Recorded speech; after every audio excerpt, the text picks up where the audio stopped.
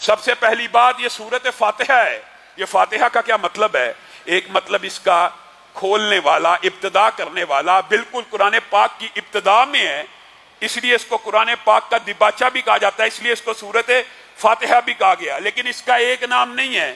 مفسرین نے اپنی کتب کے اندر اس کے 30 سے زائد نام ذکر کیے ہیں، اور صحیح احادیث میں اس کے بے شمار نام ہیں.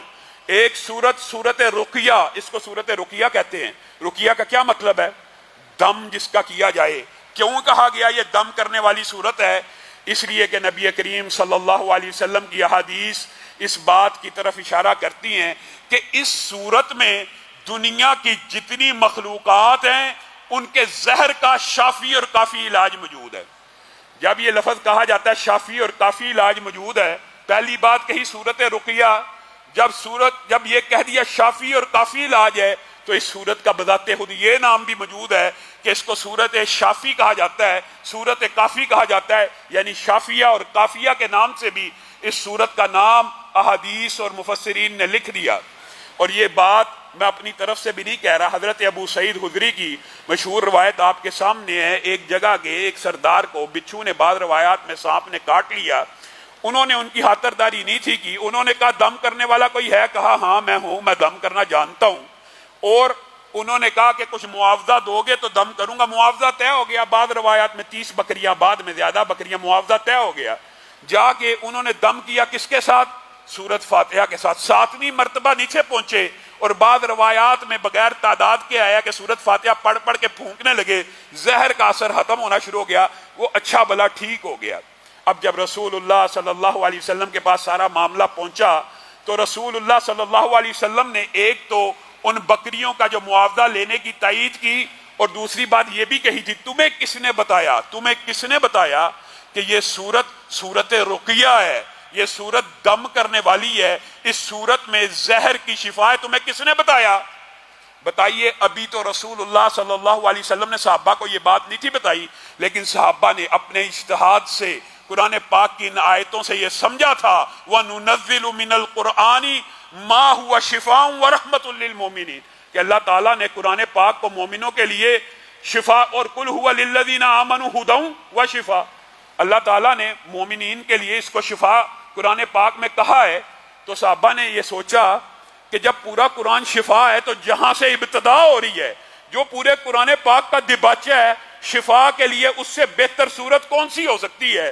تو انہوں نے کہا ہم نے یہ سوچا تھا، یہ سمجھا تھا، ہمارا یہ اجتہاد تھا. تو رسول اللہ صلی اللہ علیہ وسلم نے اس کی تائید کی اور کہا تم نے بالکل درست سوچا اور درست اجتہاد کیا. اور اسی پر بس نہیں، رسول اللہ صلی اللہ علیہ وسلم اس صورت کے حوالے سے جس سے ہم غافل ہیں اور جس کی اہمیت اور قدر و قیمت سے ہم نا آشنا ہے، اس کو سورت صلاۃ بھی کہا جاتا ہے. کیوں؟ نماز اس سورت کے اوپر ڈیپینڈ کرتی ہے. پوری کی پوری نماز، جتنی بھی نمازیں ہیں اس سورت کے بغیر نہیں ہو سکتی. یہ ایک الگ موضوع ہے، اس کی طرف بھی آتے ہیں. رسول اللہ صلی اللہ علیہ وسلم نے اس کا جو شان نزول خود بیان کیا وہ کیا ہے. ایک مرتبہ جبریل امین میرے پاس بیٹھے ہوئے ہیں، اچانک ایک آواز آئی.